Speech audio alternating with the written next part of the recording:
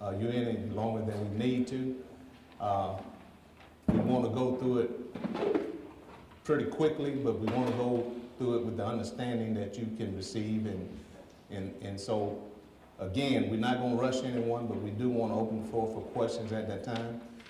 And again, we just thank everyone for coming. We truly, truly appreciate everyone coming. And to the ones that we have not said Happy New Year's to, Happy New Year to everyone. And we're grateful to be here. So with that, now we certainly like to welcome you and thank you so much. This is a highlight for the council, for the city manager, for his team, because it gives us an opportunity to really show our work. And I know that what you see tonight, you will be very proud because of all the things and all the opportunities that we do have. So with that, we do have a little agenda. We do have an invocation that I'm going to call on Pastor Noble Williams to do it. And I see Steve is back there. You're going to have to stay. It's not on the agenda, but we are going to have a benediction to it. Steve, we would like for you to do that. All right, well, so Pastor, you're going to have to do the benediction then. I ain't do the prayer. Come on. All right. Thank you, Mr. Mayor, and Brother Noble, and friends and family, let us join in prayer. The Lord, pause together today in gratitude for the fellowship of community that we share in this place called Phenix City, for the community of citizens that joins hands and reaches out to support our leadership team, our council, and our mayor. We ask your blessings upon each of them, and guide and bless our fellowship in joining hands to continue serving. Give us open eyes and ears to hear information, to process constructively, and to learn so that we can grow better together and more positively in Phenix City. For it's in Jesus' name we pray. Amen. Amen. At this time, I would like to call on Griff Gordon to lead us with the pledge. I'm putting him on the spot too, but he can do it. Lead us with the pledge. Griff Gordon. Salute, pledge. Pledge allegiance to the flag of the United States of America and to the republic for which it stands, one nation, indivisible, with liberty and justice for all. Thank you, Councilman Gordon. Thank you, Steve, for so much for the invocation, and thank you for the Pledge of the Legion. Again, we are so glad that everyone is here to be able to see the work that we're doing as a community. But as I always say, we can't do this by ourselves, the council or the city manager or his leadership team. We need everyone to be able to make this work, and so we're grateful that you are here again. We don't want to be here all night. We don't want to be here any longer than we have to be, but we will give you time to ask questions, and we want to encourage you to ask questions. Also, this is being streamed on YouTube, and any ones that are watching it, if you want to call in to ask questions, the number is 334-448-2817. Is that correct, Mrs. Lee?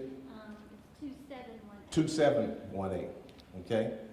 334-448-2718 if you want to call in and be able to ask any question. However, we do like to caveat it and say that if you do have any question, we would like for you to state your name and what district you live in, and you can ask myself or any of the council members any question that you may want to have directed to them. You're more than happy to ask them.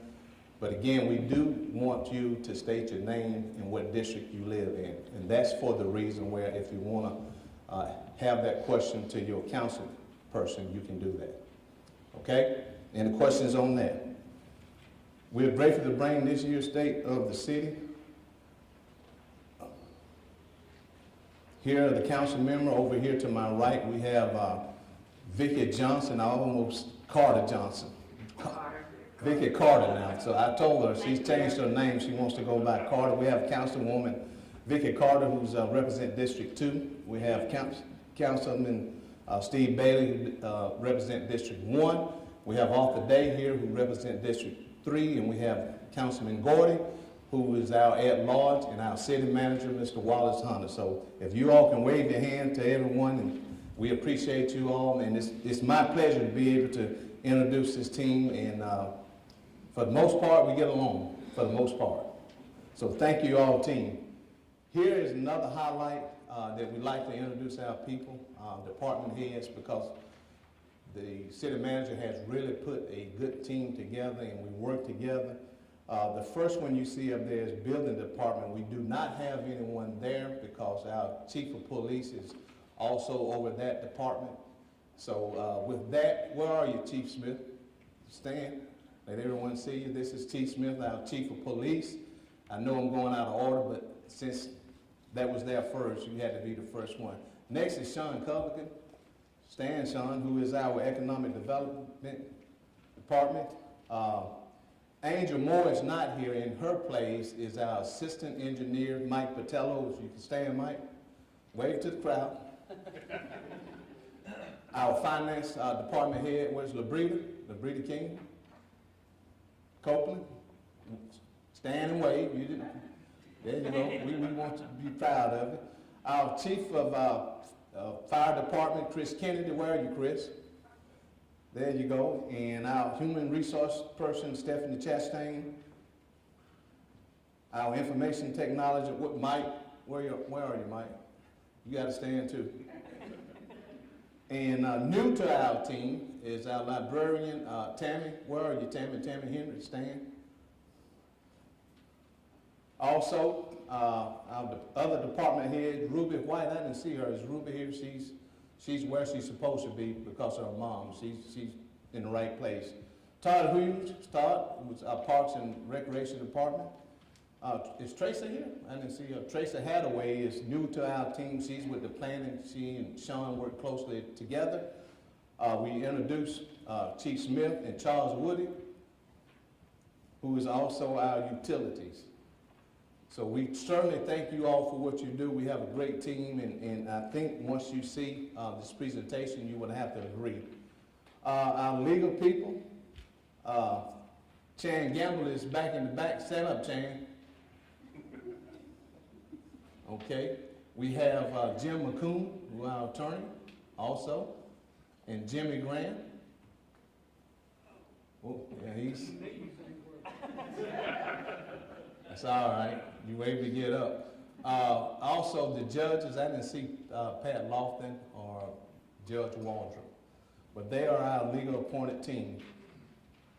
All right, this is where we're going to get into it. And again, we don't want to hold you all night here, but we do want to have enough time where you can ask questions.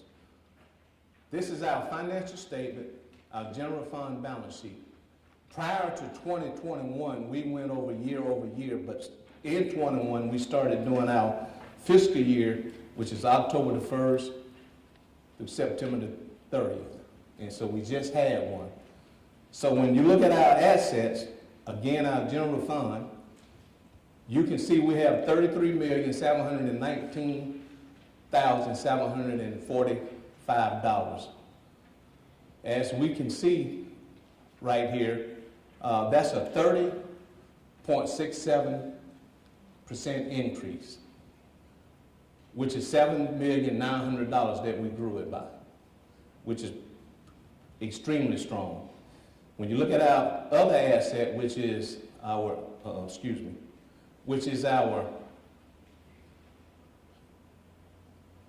right, just a minute. Okay, big hands, okay. Excuse me. All right, other assets, what that consists of, accounts receivable and inventory. As you see that, we're at $13,134.94. That is up about $3.2 million, which is a 31% or 32% increase. I'll get it right in a minute. Okay, that's a 32% increase year over year. You see what our total asset is, which is $46,854.39. $46,854,039. That's an increase of $11.1 million, which is a huge increase, which represents 31% increase, which is very strong. The main thing that I'm extremely proud of is that from 2018 to 2022, we grew by 250%. That's pretty strong. Our total asset grew by 199% from 20.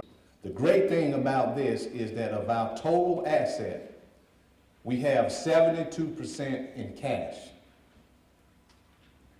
33 million, which is 72% cash that we have.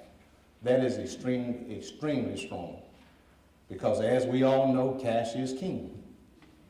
And of our total asset, $33 million in cash is what we have. Proceeding on to the next page, our financial statement for also our general fund balance.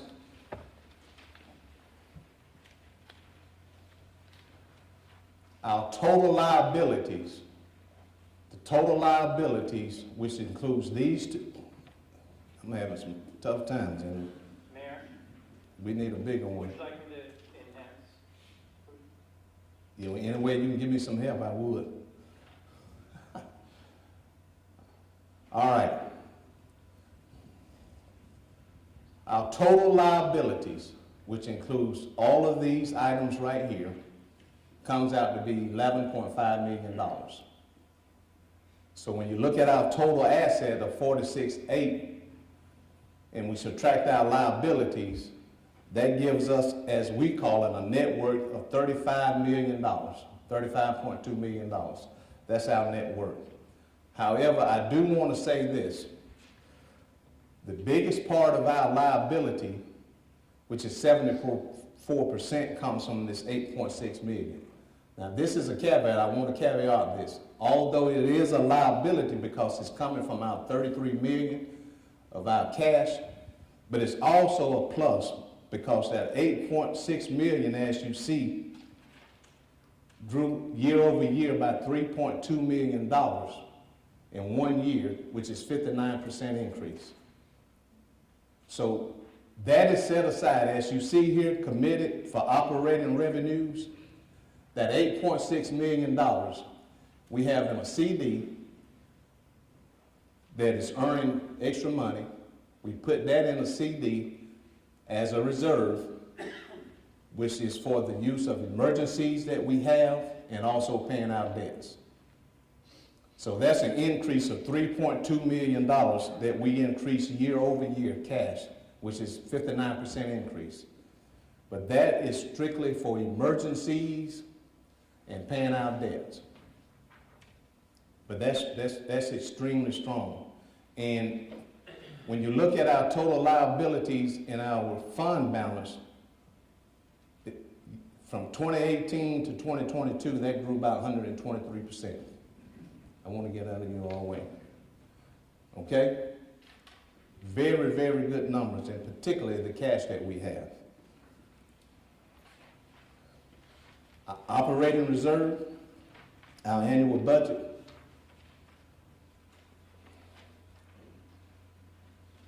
Our annual budget shrunk some on purposely because we all know how it was with COVID, and a budget is a moving document, as we know.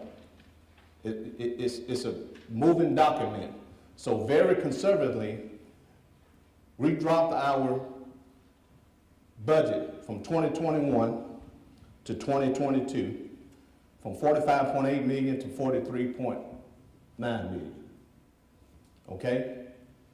That was done purposely because we knew how COVID was.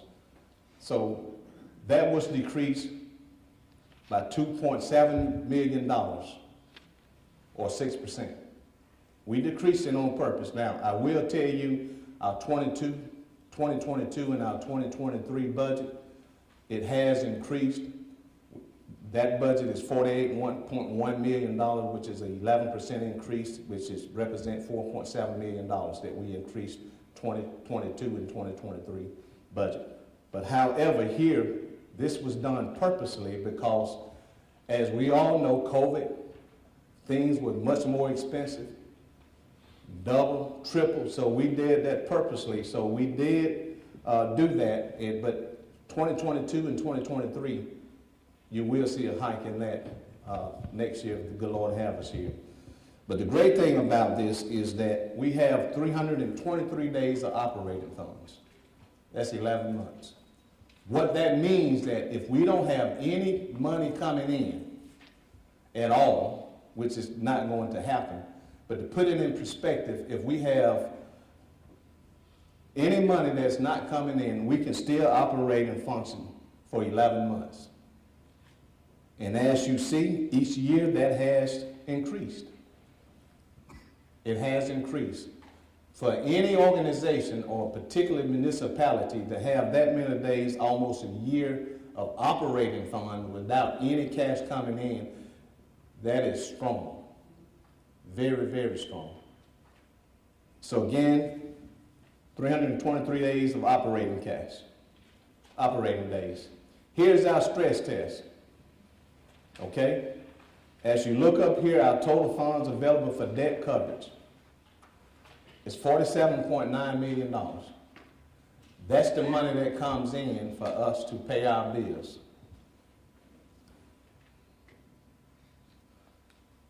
$47,995. $47,995,191. That's our total cash that comes in. That's an increase of 27%, which as you see here, that's a huge increase. That's $10.3 million above 2021. General obligation debt, that's our GO debt. As you see, that has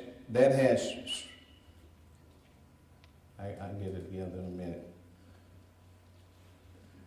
We've been able to reduce our general obligation debt, as you see here, from 56.6 million to 53.4 million, trekking in the right direction. Because again, as we get down here, you'll see why that is so important that we continue to reduce our debts. Self-supporting debt is 60.4 million. That's down from 63 million. As we know, that's self-sustaining. That's a utility in the DRA, which is the Downtown Redevelopment Authority. That is a mechanism that can use finances, but does not count against our GO obligation. So that is even down. This has decreased. This has decreased for almost a total of $6 million, which is extremely strong for us to continue to reduce our debts. But again, our general obligations is from 56.6 million to 53.4 million. Okay? Self-supporting, 63 million to $60.4 million. And as you see, the total debt decreased there. But that is a 27% increase from our funds from 37.6 to 47.9. Extremely strong. 27% year over year is very strong. Also, as we get down and see here, our annual debt service, it remained flat year over year. But as you see, each year we have been able to reduce our debts, which is a very good thing. And we're able to service our debt, pay all our bills at 513%, which means that it's 5.13 debt service coverage. The industry is 120 to 1. What we have here is 5.13 to 1, which means that after we pay all our bills, we have $5 left over. After all the bills are paid each month, for every $1,000, we have $5.13 left over. The industry is, again, 1.20 to 1. We're at 5.13 to 1. Okay? Which is very strong. Now, what really drives that is that we are able to continue to reduce our debt, because even if you increase this and you don't get the best rates, which is two of the reasons why we have this number, is because of a low annual debt service because of our credit rating. Now, normally what we would do is stress this at 6%. Prime interest rate nowadays is 7.5%, 7.50%. So what we did, we stressed it at 10%, and we're still able to cover our debt 277%, which is 2.77 coverage, which means even at 10%, after we pay all our bills, we'll have $2.77 each left over after each thousand, which is very strong. And you see that when we stretched it to 10%, you see how the annual debt service goes up. But the reason why it is important that we continue to increase this and to maintain where you see it has decreased every year, and the reason why you see these decreases is, one, I don't think we'll ever get to 10% because of our bond rating, which we'll talk about more in here, is because of the AA- rating that you'll see. It's just like a credit report. The stronger your credit is, the better rates you get. Well, we have a very strong rating, AA-, and we'll talk about that later on. So that's why this is decreasing. And because if we keep increasing this and we keep this stabilized, we can always have a great coverage ratio. But to be at 5.3 and to stress it at 10 and to be at 277, we have a lot to be proud of. A whole lot to be proud of. Very, very strong numbers. Here are our sales tax and our taxable property value. Our sales tax from year over year increased by 1.2 million, which is a 4% increase. As you see here, those numbers was high, but the reason for it is that when COVID really hit, it really helped us. As far as people buying fast food, and you know we have the quick service restaurants and all of that, so it helped us increase these numbers. Now it's beginning to level off.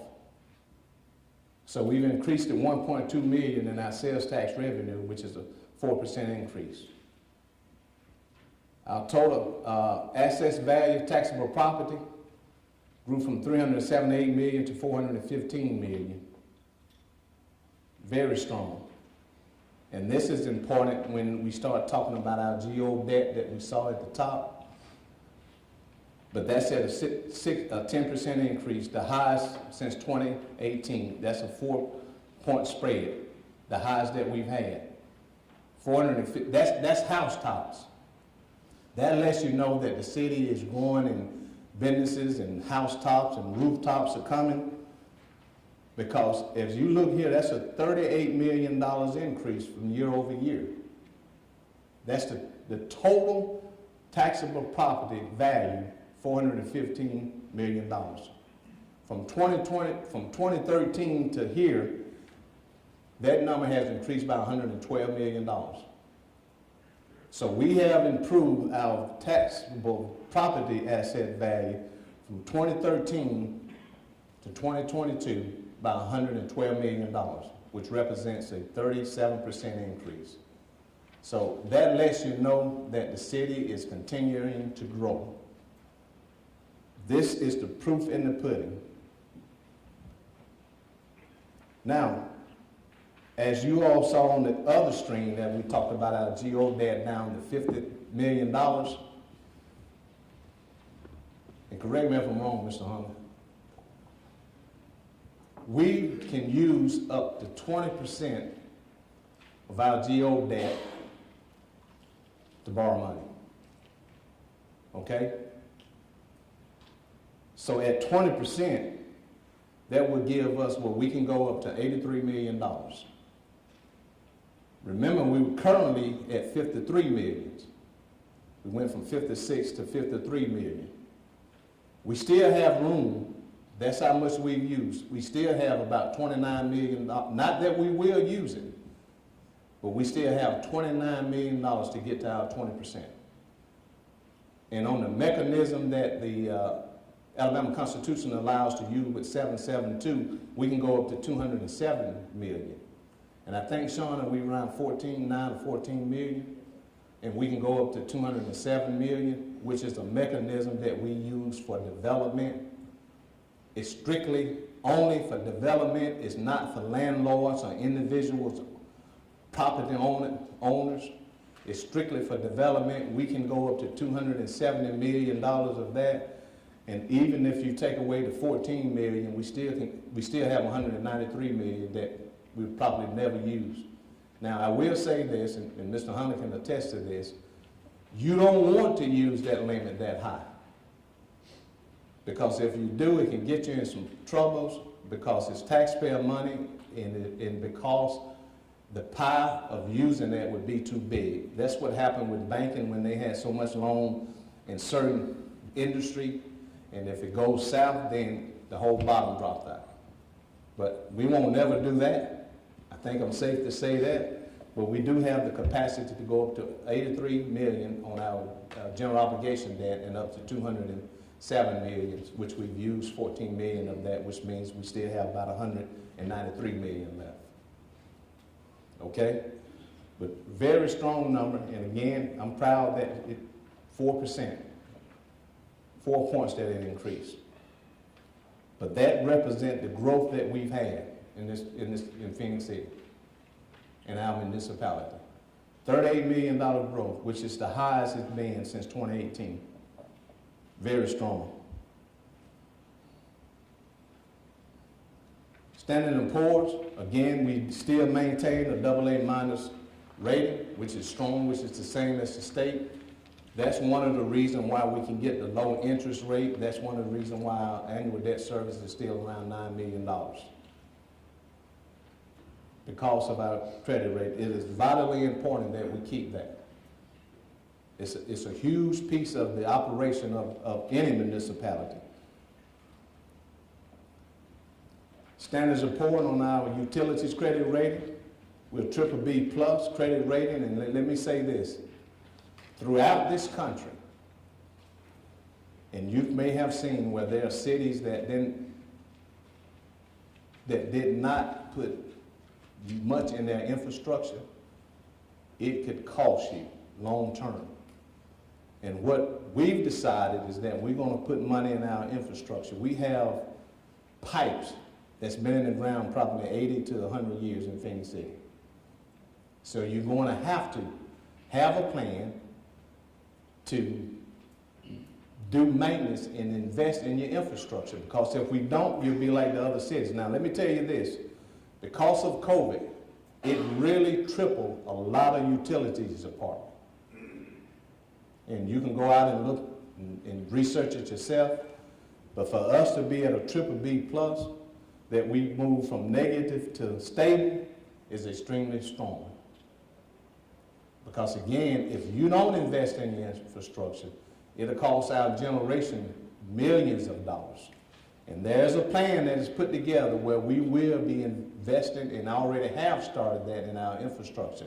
Because again, we have pipes that's been in the ground 80 to 100 years. And you know it's just a matter of time. And Mr. Graham, he's getting older. You saw how he had to get up. We all there. That's the same thing with these pipes. I can do that with him now, because y'all don't know what he tells me. But huge. And you can check throughout this country, water utilities department had a tough time with COVID. And we're grateful to get that upgrade. Again, doing all the right things. Okay, our staffing personnel. I know some of you all have called, and you've probably heard some people say they called and couldn't get anyone, or it take us too long. That's true. We don't have the workforce. It's building back up, but it's not where it used to be. And to show you, we have budgeted, when you look here, if you add all that up, that's 571 people. Okay, that we budget for it, which means we have the money. But when you look here at this column, average employee count, we only have 386. That's a gap of 185. And Stephanie, if I need you to help clarify some of this, I'm going to call on you. But that's a big gap. You don't have the workforce. We need people. There's great opportunities. There's great jobs with the city, great benefits. So if you know anybody who wants a job, we're looking for them. That is a gap between 571 and 386, which we budgeted for that, which lets you know we have the money. But there's a gap of 185 employees. The workforce is down. Now, I am going to be very honest. We have people who comes in and apply, but you know what the biggest problem is? Can't pass the drug test. Yeah, am I right, Stephanie? We have but they can't pass the drug test, and we cannot put our city in a liability of hiring someone that's don't pass the drug test. But there's a gap of 185 employees. We have budgeted for 571. Add those numbers up. Test me. The average employee count now is 386. There's a big gap. So if you know anybody who wants a job with great benefits, one of the best retirement in the union the state of Alabama has, they still have a pension plan. Great retirement. You got to get started somewhere, so we're looking for people. Okay? Proceeding on here, sick leave usage, we are just about getting to where we were pre-COVID. At 74, as you see the average hours per employee, we're just getting there, but we track everything. But even this, it costs the city a lot of money when you look at these numbers. Federal law, you have to do it. You have to pay them. But we are getting back. Am I correct, Stephanie? Yes, sir. We're getting back kind of the level playing field compared to pre-COVID. Okay. City infrastructure project.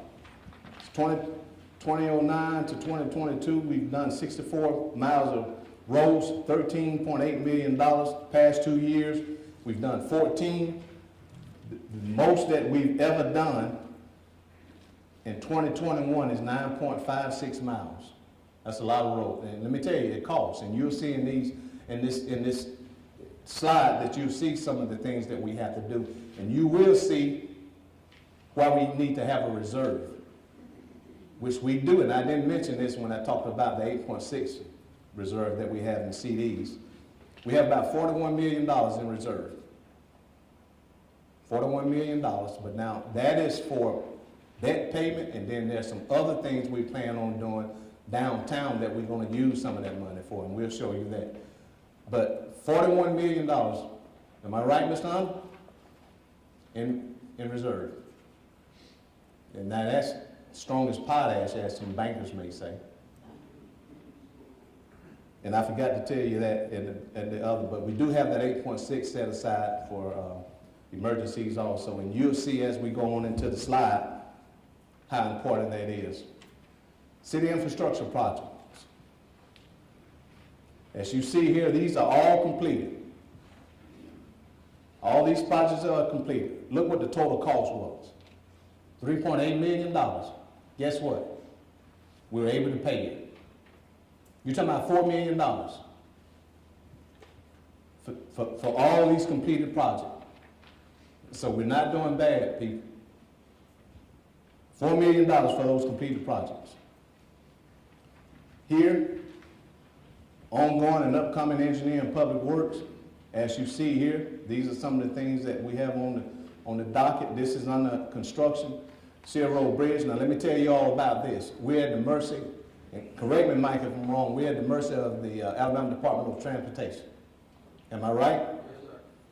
Then the preliminary. This is the bridge, what's it, Cockalotti Creek? What is it? Cocohatchee Creek. Well, that's the bridge, and we all know it needs replacing. But we're at the mercy of the Alabama Department of Transportation. That's in preliminary engineer, and these are the other ongoing projects that we have. And, you know, it's going to take some money, And I don't know, we may can get part of the grant, but let me tell you about getting the grants. You gotta have the money. So if you're talking about you get a grant for $1 million, you gotta have 200,000 to put in it. If you don't have it, you don't get it. But we're in a very strong financial position. Here at 6 Place South, what we've paid, that's $211,000. Actually, it's $211,000, I think $775 and some change, just to pave that road, $211,000. Here at College Drive, we had to do that, that's another $111,000. 111,000, it might as well say 112,000. And to do the retail drive, that's 64,000. So the total of what that was is over 388,000. Again, we were able to pay it. We're in a good financial position. So you're talking about $3 million on the other and 388,000 there. See, that money adds up quickly. But we're in a good financial position. Okay, these are contract projects. The top 5 has been completed. And you'll see some pictures on some of these that we had to do, which came out of the reserve. That's why it's important to have that. These 6 that are completed, that's over $1 million right itself with those 6. So what I've just showed you, we've spent almost $6 million on those projects that we have had the cash to pay it. I don't know how many cities outside that, you know, have those kind of numbers. But those projects right here, those 6 projects, was over $1 million. If you add up those numbers, actually it's about, I think $1,004,000, somewhere around there, but it's over $1 million with those projects, and these are ongoing. One of the biggest things, and you'll see right here, is our wastewater treatment plant in progress, $11 million. And you'll see some pictures on that. And now, where's Mr. Woody? And I might get him to really explain it to you all, but let me tell you all, the estimate cost, $19 million. It takes a lot to run a city. And I'm just grateful and thankful that it's run proficiently and efficiently. Projected cost $19 million. Okay? 7 Mill and Mill Creek. This is, listen, you all know we have to comply with AMDM. This was a major breakage. Had to get on that quickly. Fixed it, $280,000. Next one. Sanford Road, water main, $111,000. These are things that you have to stop what you're doing and get it fixed. Another on Brickyard Road, $329,000.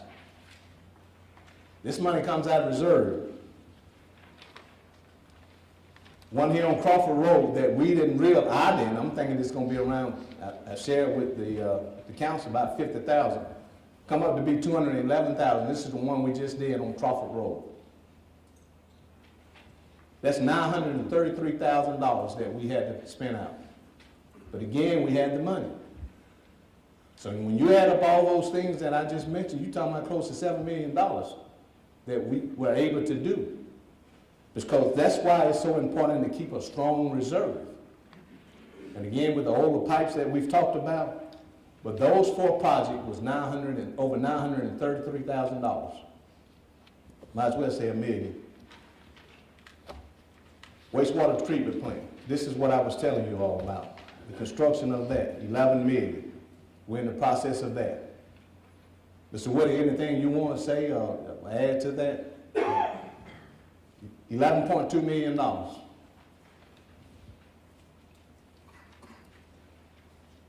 Again, we have to be in compliance with ADEM. This is something that we did at Poplar Park up off of 14th, is that 14th Street?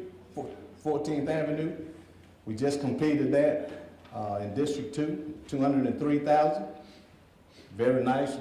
Get a chance to go by there and look at that. Public development for 14th Street. These are the future plans. here, that's about 900 projected cost, 995,000. That's the projected cost on that. Am I right, Mr. Hunt? But that's the future design. And I think we all will be proud of this, our public safety building. As we all know, COVID has put a burden on the supply chain. We don't want to give anyone a drop dead date because there's still some things has to be done, but we're closer. We signed a contract for this, $4.4 million. When you start looking at furniture and the roof and all that, that's going to be $5.1 million. Am I correct, Chief Smith? Where are you? I can't, you hiding. That's going to be $501 million. Guess what? You got the money to pay for it.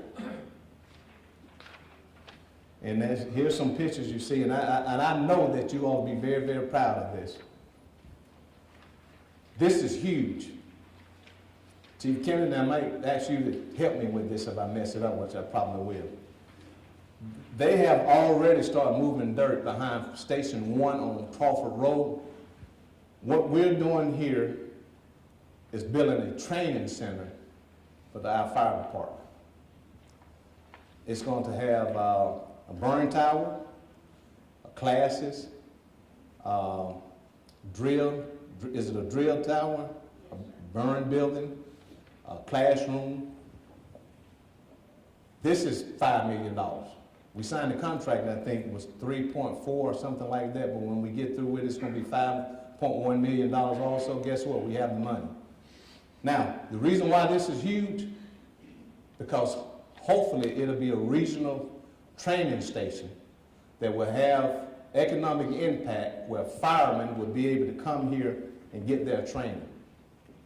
But it also is a possibility that it'll reduce our ISO, which is the insurance on your homes as well as commercial property.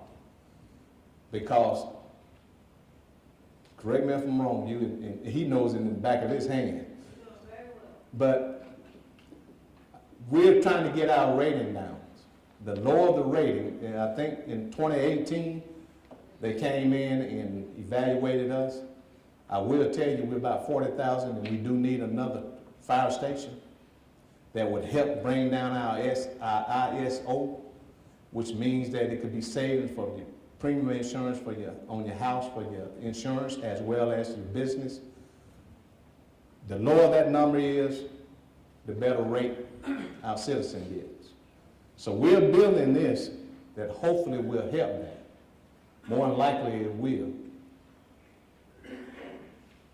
But we also, eventually going to have to build another fire station out west.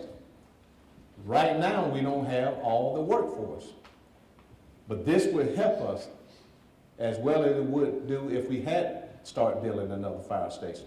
But this can be a regional training center for the state and for our region. That people will come here and do their training.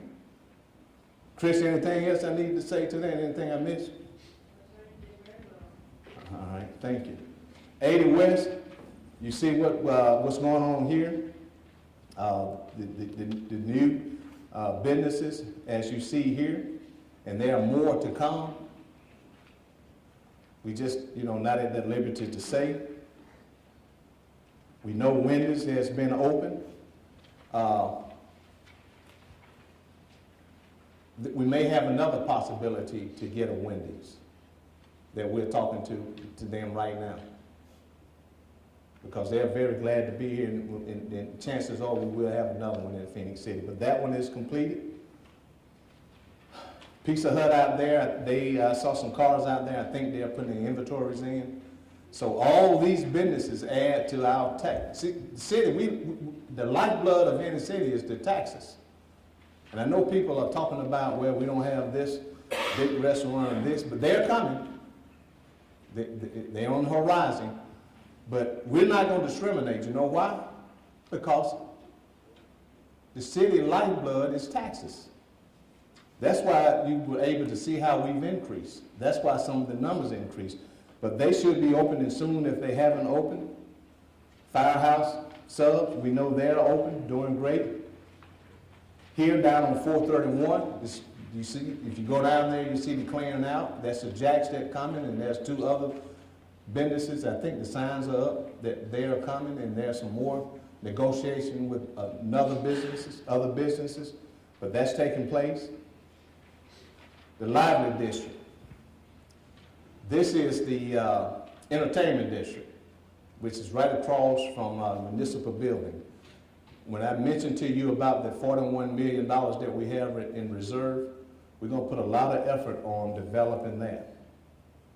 As you see right here, the history, this is a strong history of Phenix City, but those are some of the things that will be coming. So that $41 million that we have in reserve, we're going to make sure that we keep a good reserve just in case emergency comes up, because when you have those sinkholes and those things that I just showed you, that money comes out of your reserve. And we don't ever want to put our position, or you in the position where we can't fix something as expediently as we can. But a reserve is very important, and we're proud to have that. But this is the proposed vision, which is right across from the municipal building in that area, which is the entertainment district. As we know, back on March the 12th of last year, the governor came down, and you'll see some pictures in here for Hyundai Motor, which is really focusing on the electric cars. They are still in the process of building it. It's $15 million capital investment here in Phenix City. It's going to house 300+ jobs. Am I right, Sean? With DSC, yes, sir. With DSC, it's going to be 300+ jobs. I mean, good paying jobs. And here in Masterbuilt, which is Middle B, bought them out. And they moved from Columbus, so again, that's a new in retention. That's $1.5 million injection, capital injection, which is the total industrial project, $16 million that they've put into our community. But this is going to be 300+ jobs. And they're in the process. Would recommend, if you can ride by and see it down in our industrial park, you'll be very proud of it. Here's where we took the picture. The governor came down and had a big thing, and so it's really huge for Phenix City. I think Steve may know, is this the first time a governor come down to some magnitude of this for manufacturing? Time before, I think. For manufacturing? Okay, well, we were able to get the governor down, which is huge. Right here, as you all may have heard if you watched our council meeting, we have a partnership with Ostrich Partners that's really looking at our downtown area to be able to have this vision, which is part of River North, South North, the Lively District, what we just seen. So all of this is part of what our vision and goals are to do. And it's taking some time, but we're not as far as we think we are. And of course, you know, on January the 10th of this year, we had the vision plan where they came down KPS and showed our public. A lot of people came, which we are proud of, because that shows, as you all are, that we're concerned about our community. But we had that on January the 10th. Here, other thing, when we mentioned the River Walk, Dragonfly Trail, and Foundation, Pat Foundation, it's just taking money, but we're getting there. A lot of great things taking place. As we all know, last year they had the Freestyle Kayak World Cup. This year, they're going to have the World Championship competition. We brought hundreds of people. I mean, people came from everywhere, over 100 countries, Sean, or in 16 countries, over 100 athletes, and we're expecting this one to be even better. That adds economic impact to Phenix City.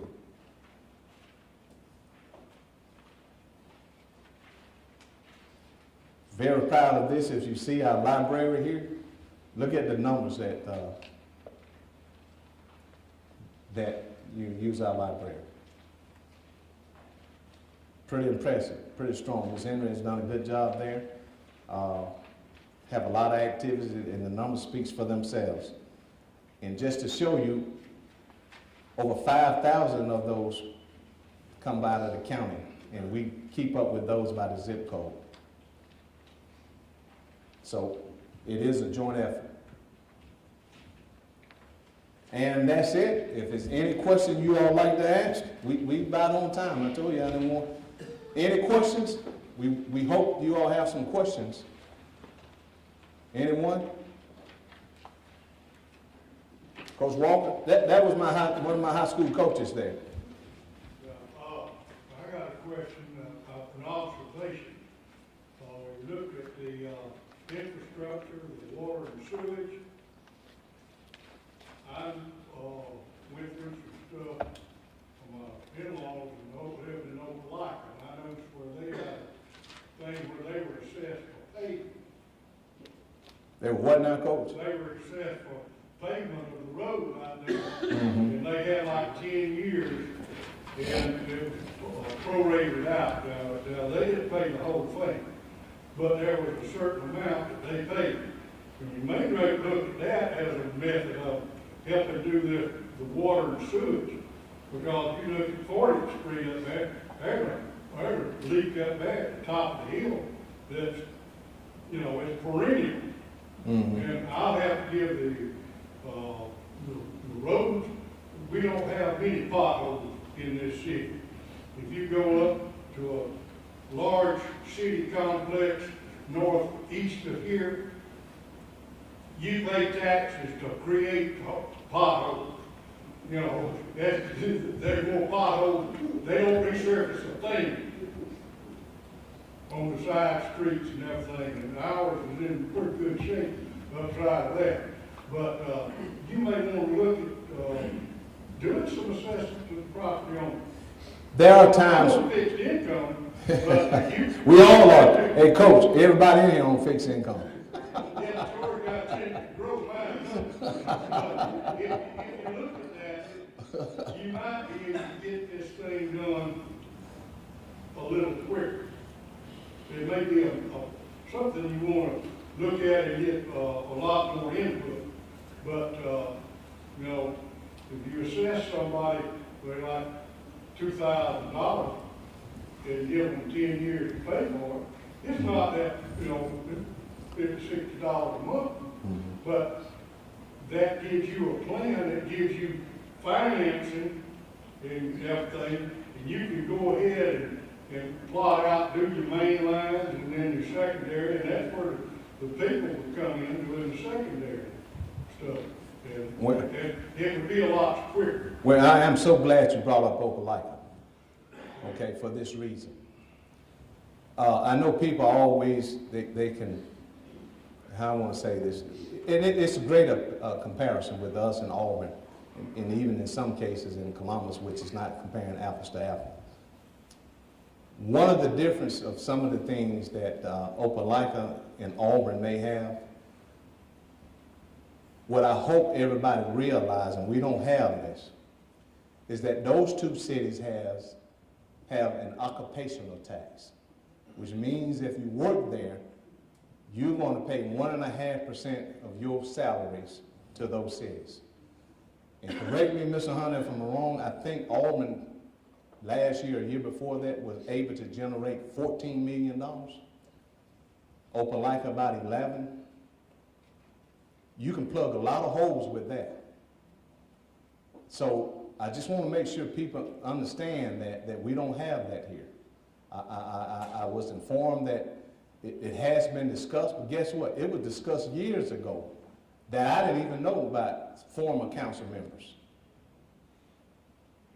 And that's why they can do a lot more. But let me tell you, comparing with them, we ran up there with them. In fact, in 2015, we did an efficiency study with cities our sizes, and we outperformed every one of those cities except for one category, and that was in our parks and recreation. And the reason for that is that we hire a lot of young people, give them a chance. And the amazing thing was we outperformed them, and we're not by a major interstate. If you buy a major interstate, it gives you more opportunity. But what you were saying, Coach, there are certain things that I think that they've been put in place. If a subdivision or area wants certain things, then we expand it out where they have to pay what you were just saying. But I've never heard, Mr. Woody, that's something that I don't think we ever done as far as that. Years ago, they had assessments in Phenix City. Yeah. They used to have Okay. assessment. See, I didn't know that. Yeah, years ago, they had the assessment on the streets. What we've done is, they changed that several years ago. That's when the commission form of government. Mhm. And they changed that when we went to form of government, city manager's government, because they try to handle a lot of stuff. What we've been able to substitute is that we brought in nearly $40+ million in grants. We try to make sure we never have to assess people, especially over the past 13, 14 years. So a lot of these things, our citizens don't know about, you know, but Well- it's fortunate. I'm glad that's a great point Great. you brought up, because the city carries that burden itself, trying to make sure that it does that. And like you said, which we're very important, is that we don't have a sparse like Columbus. Or Their occupational engineering tax. department gets over $300,000+ per month just to take care of things throughout the city. And when we're dealing with Opelika and Auburn, the amount that they bring in for the assessment. And I understand this, and people need to really understand this.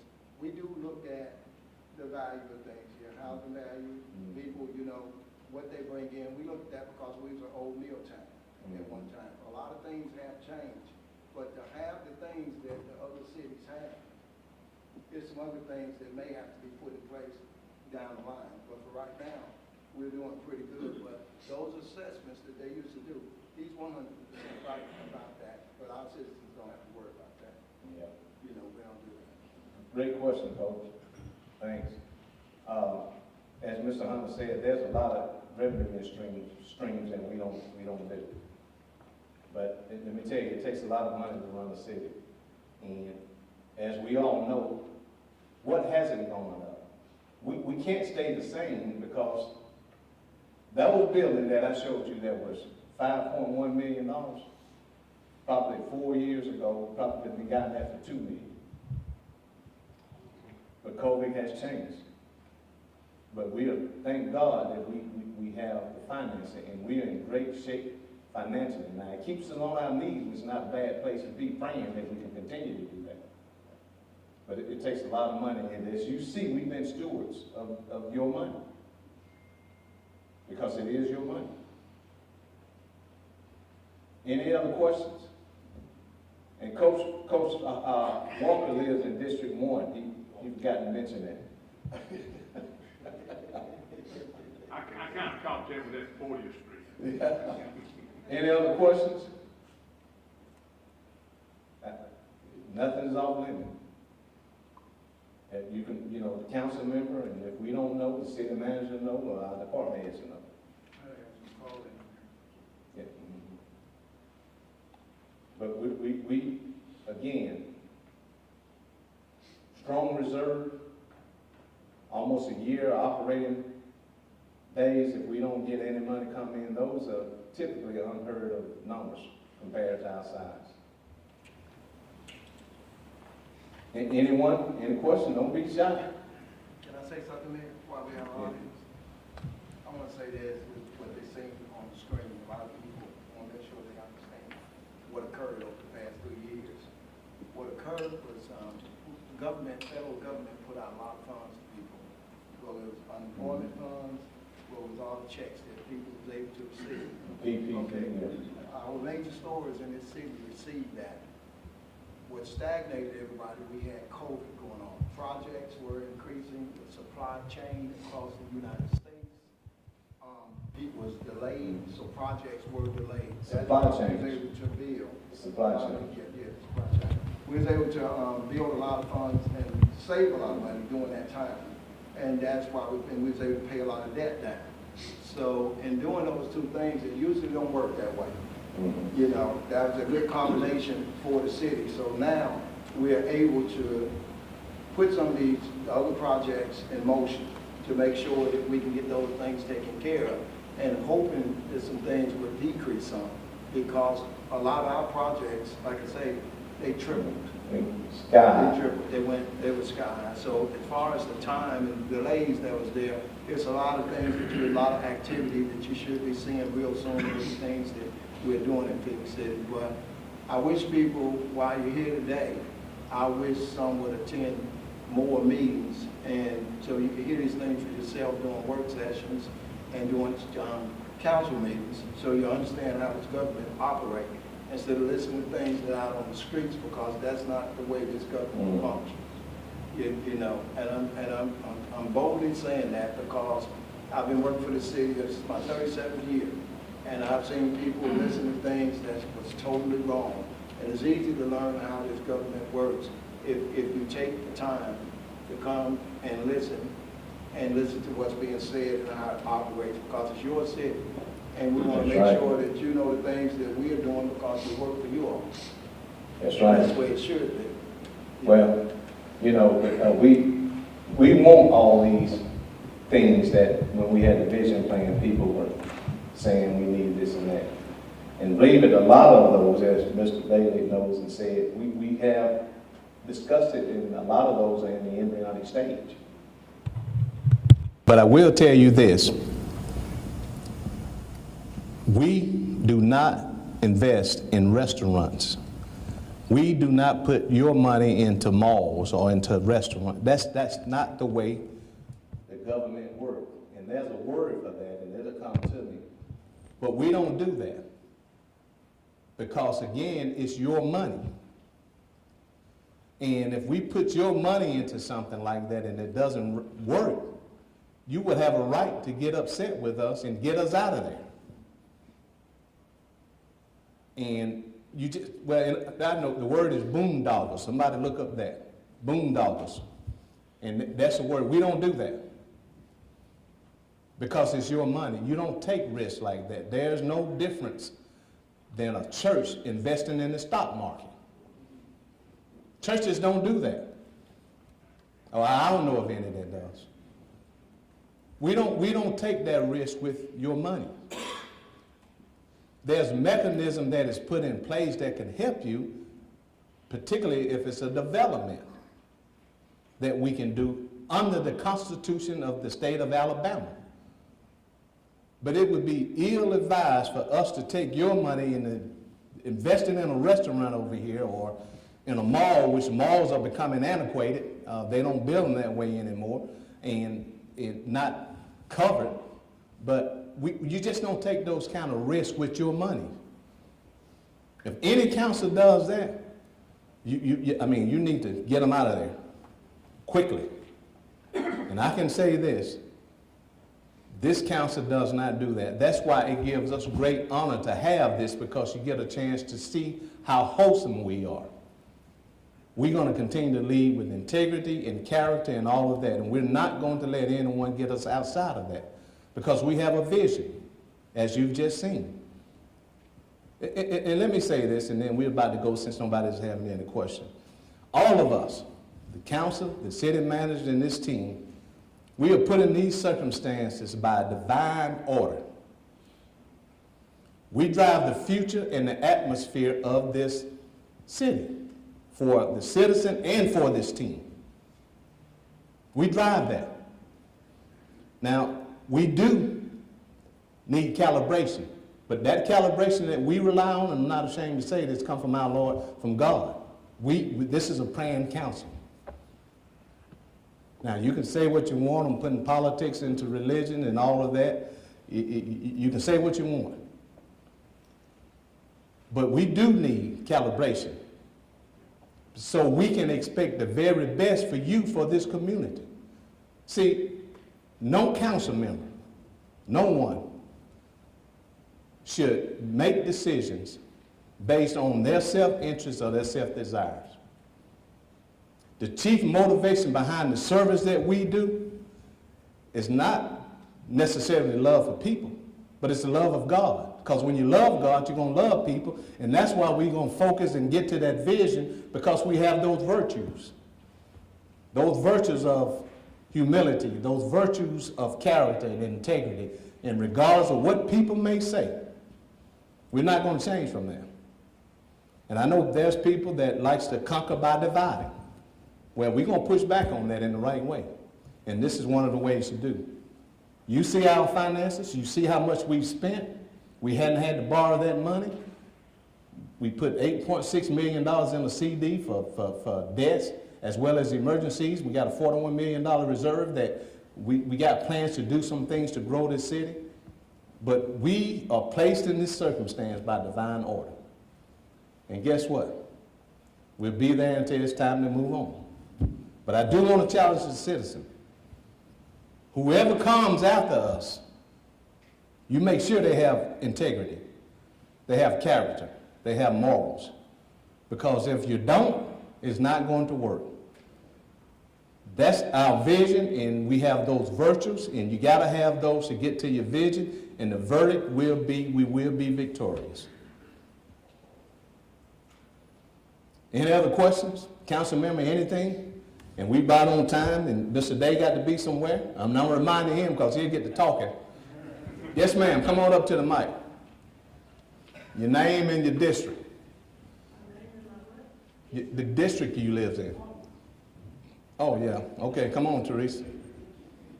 Good afternoon. Good afternoon. I just have a concern, that's all. The Highway 80 and Auburn Road, that right there, I'm just concerned that it should be like a turning signal light. You mean on the corner of, now, it's where now?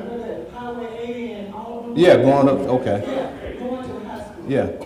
Because we got all those high school students, you know, driving fast, and that road is busy anyway. Mm-hmm. And I travel on that road a lot.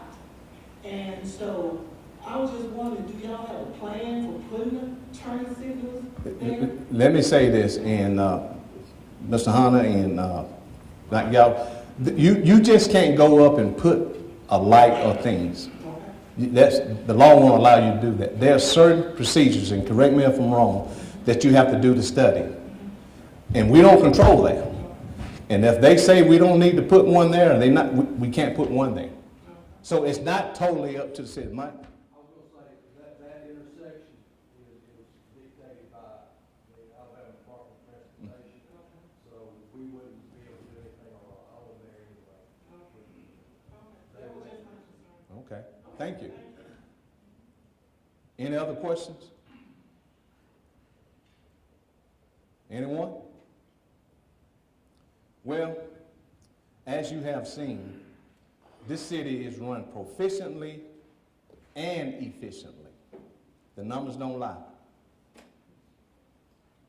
There's things that are going to come up, but we thank God we're in a position that He's put us in a financial situation, and you know, it keeps us on our knees, which is not a bad place to be, praying that things continue to go well. Anything else from anyone? That's it? Yep. Oh, she putting on a coat. I thought she was raising her hand, but she was putting a coat on. No other question? With that, I'd like to call on Pastor Williams if he can lead us with a benediction, please.